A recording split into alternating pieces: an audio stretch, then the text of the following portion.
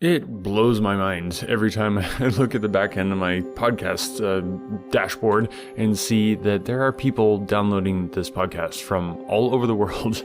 It is so cool. Thank you so much for listening. I know I say it all the time, but I truly, truly am grateful that you listen to the podcast, that you download it, that you share it with other people. I'm very, very grateful to our patrons, to Sharon, Ariella, and Brianna for supporting the podcast. Everybody who shares it on social media, tells our friends about it. It's mind-blowing to me that we've got, coming on 300 episodes and hundreds of thousands of downloads on the podcast. I'm so grateful for everyone supporting the show. And thankful also for Sam Collins for jumping on as a guest narrator. Hope you guys have enjoyed The War of the Worlds. Today is the final chapter in this exciting book. I've never watched the movie or listened to anything of War of the Worlds before, and I've never read the book before, so this is very exciting for me to get here to the end. So make sure to check out Sam and all of his awesome stuff. Links in the description below. And yeah, let's do it. Without further ado, I give you the final chapters of The War of the Worlds. Chapter 9. Wreckage. And now comes the strangest thing in my story.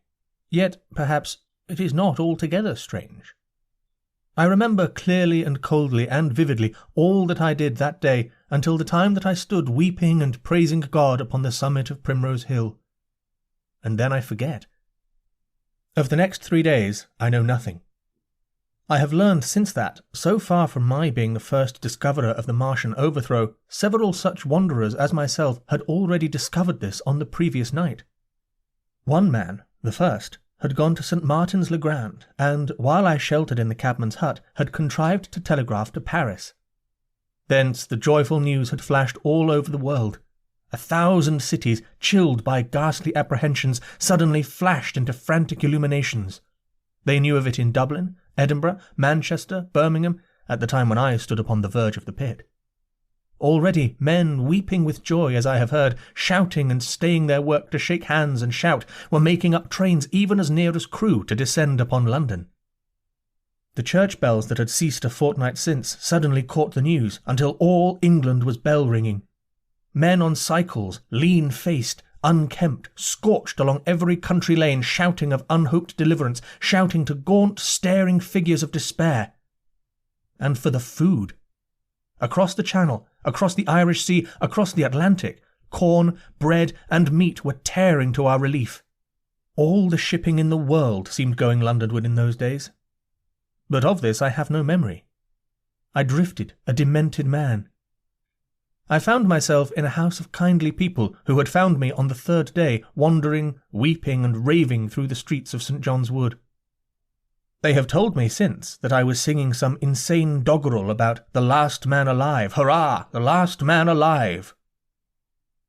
Troubled as they were with their own affairs, these people, whose name, much as I would like to express my gratitude to them, I may not even give here, nevertheless cumbered themselves with me, sheltered me, and protected me from myself. Apparently they had learned something of my story from me during the last days of my lapse. Very gently, when my mind was assured again, did they break to me what they had learned of the fate of Leatherhead. 2 days after I was imprisoned, it had been destroyed, with every soul in it, by a Martian. He had swept it out of existence, as it seemed, without any provocation, as a boy might crush an anthill in mere wantonness of power. I was a lonely man, and they were very kind to me. I was a lonely man and a sad one, and they bore with me. I remained with them 4 days after my recovery. All that time I felt a growing craving to look once more on whatever remained of the little life that seemed so happy and bright in my past. It was a mere hopeless desire to feast upon my misery. They dissuaded me. They did all they could to divert me from this morbidity. But at last I could resist the impulse no longer, and promising faithfully to return to them, and parting, as I will confess, from these 4-day friends with tears, I went out again into the streets that had been lately so dark and strange and empty. Already they were busy with returning people. In places even there were shops open, and I saw a drinking fountain running water. I remember how mockingly bright the day seemed as I went back on my melancholy pilgrimage to the little house at Woking, how busy the streets and vivid the moving life about me. So many people were abroad everywhere, busied in their 1,000 activities, that it seemed incredible that any great proportion of the population could have been slain. But then I noticed how yellow were the skins of the people I met, how shaggy the hair of the men, how large and bright their eyes, and that every other man still wore his dirty rags. Their faces seemed all with one of two expressions, a leaping exultation and energy, or a grim resolution.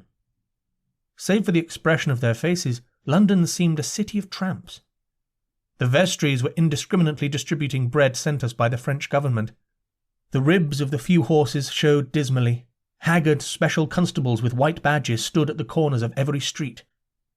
I saw little of the mischief wrought by the Martians until I reached Wellington Street, and there I saw the red weed clambering over the buttress of Waterloo Bridge. At the corner of the bridge, too, I saw one of the common contrasts of that grotesque time. A sheet of paper flaunting against a thicket of red weed, transfixed by a stick that kept it in place. It was a placard of the first newspaper to resume publication, the Daily Mail. I bought a copy for a blackened shilling I found in my pocket. Most of it was in blank, but the solitary compositor who did the thing had amused himself by making a grotesque scheme of advertisement stereo on the back page. The matter he printed was emotional. The news organisation had not as yet found its way back. I learned nothing fresh, except that already in 1 week the examination of the Martian mechanisms had yielded astonishing results. Among other things, the article assured me what I did not believe at the time, that the secret of flying was discovered. At Waterloo I found the free trains that were taking people to their homes. The first rush was already over. There were few people in the train, and I was in no mood for casual conversation. I got a compartment to myself and sat with folded arms looking greyly at the sunlit devastation that flowed past the window. And just outside the terminus the train jolted over temporary rails, and on either side of the railway the houses were blackened ruins. To Clapham Junction the face of London was grimy with powder of the black smoke, in spite of 2 days of thunderstorms and rain, and at Clapham Junction the line had been wrecked again. There were hundreds of out-of-work clerks and shopmen working side by side with the customary navvies, and we were jolted over a hasty relaying. All down the line from there, the aspect of the country was gaunt and unfamiliar. Wimbledon particularly had suffered. Walton, by virtue of its unburned pine woods, seemed the least hurt of any place along the line. The Wandle, the Mole, every little stream was a heaped mass of red weed, in appearance between butcher's meat and pickled cabbage. The Surrey pine woods were too dry, however, for the festoons of the red climber. Beyond Wimbledon, within sight of the line, in certain nursery grounds, were the heaped masses of earth about the 6th cylinder. A number of people were standing about it, and some sappers were busy in the midst of it. Over it flaunted a Union Jack, flapping cheerfully in the morning breeze. The nursery grounds were everywhere crimson with the weed, a wide expanse of livid colour cut with purple shadows and very painful to the eye. One's gaze went with infinite relief from the scorched greys and sullen reds of the foreground to the blue-green softness of the eastward hills. The line on the London side of Woking Station was still undergoing repair, so I descended at Byfleet Station and took the road to Maybury, past the place where I and the artilleryman had talked in the Hussars, and on by the spot where the Martian had appeared to me in the thunderstorm. Here, moved by curiosity, I turned aside to find, among a tangle of red fronds, the warped and broken dog-cart with the whitened bones of the horse scattered and gnawed. For a time I stood regarding these vestiges. Then I returned through the pine-wood, neck-high with redweed here and there, to find the landlord of the spotted dog had already found burial, and so came home past the College Arms. A man standing at an open cottage door greeted me by name as I passed. I looked at my house with a quick flash of hope that faded immediately. The door had been forced. It was unfast and was opening slowly as I approached. It slammed again. The curtains of my study fluttered out of the open window from which I and the artilleryman had watched the dawn. No one had closed it since. The smashed bushes were just as I had left them nearly 4 weeks ago. I stumbled into the hall and the house felt empty. The stair carpet was ruffled and discoloured where I had crouched, soaked to the skin from the thunderstorm the night of the catastrophe.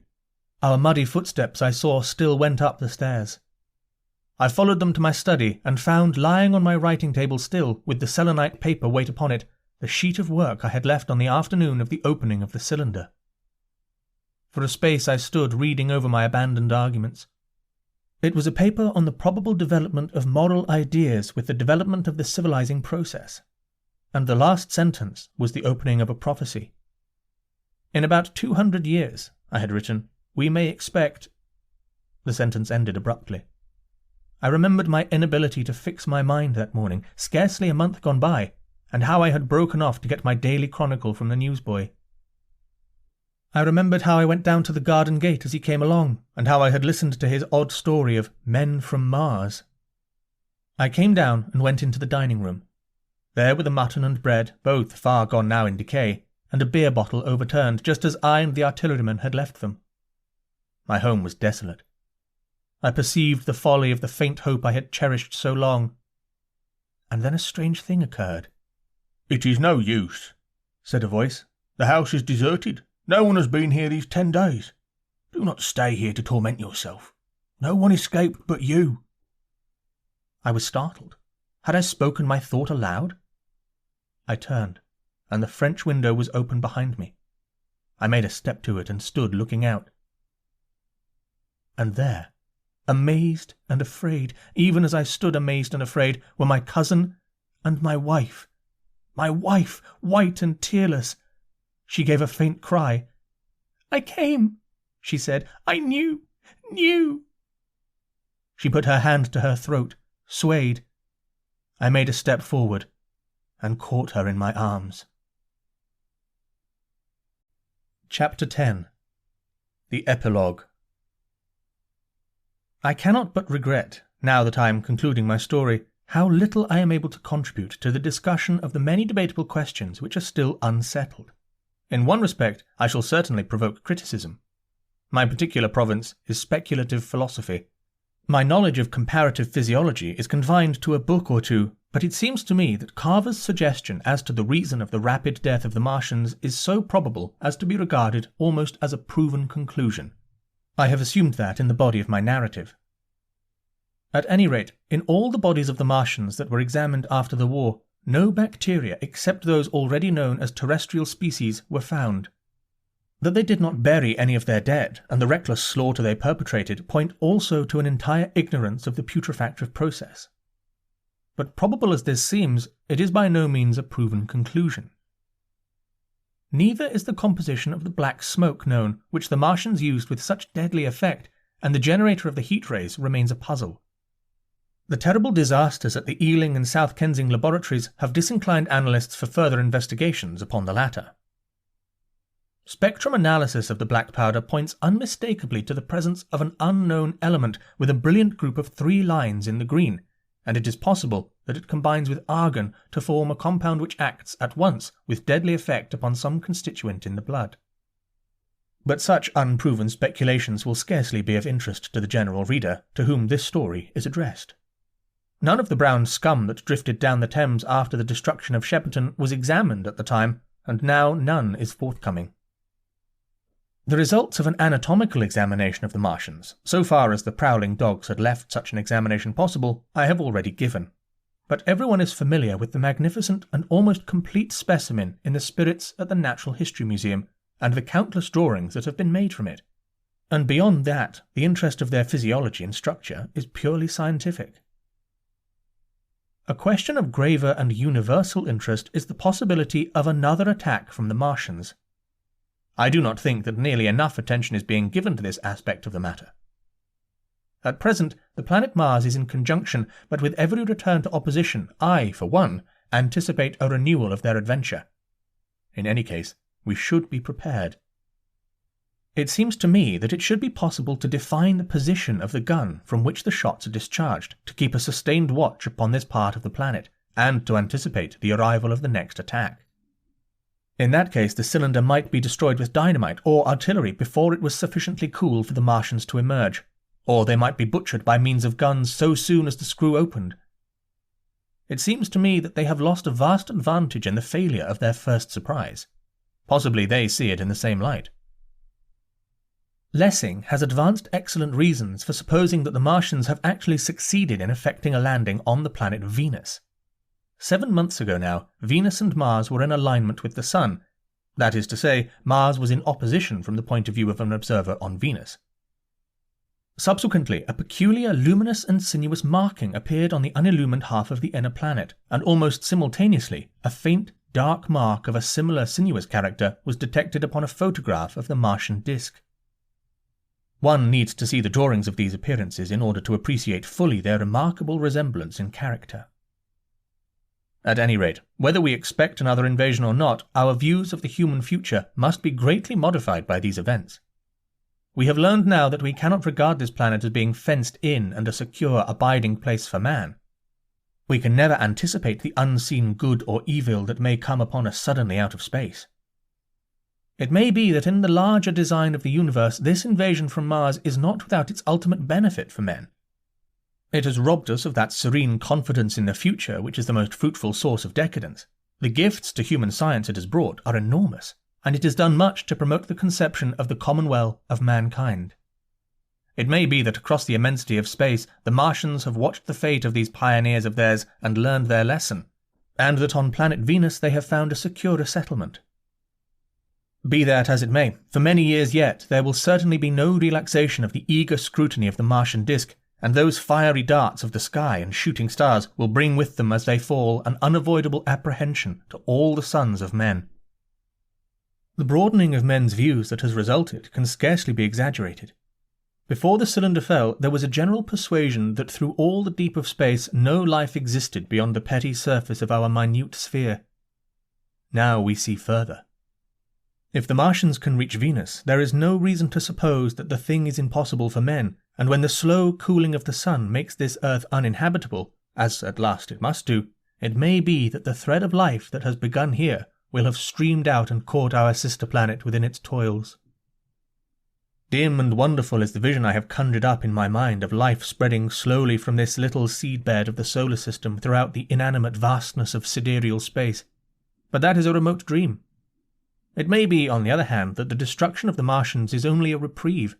To them, and not to us perhaps, is the future ordained. I must confess the stress and danger of the time have left an abiding sense of doubt and insecurity in my mind. I sit in my study writing by lamplight, and suddenly I see again the healing valley below set with writhing flames, and feel the house behind and about me empty and desolate.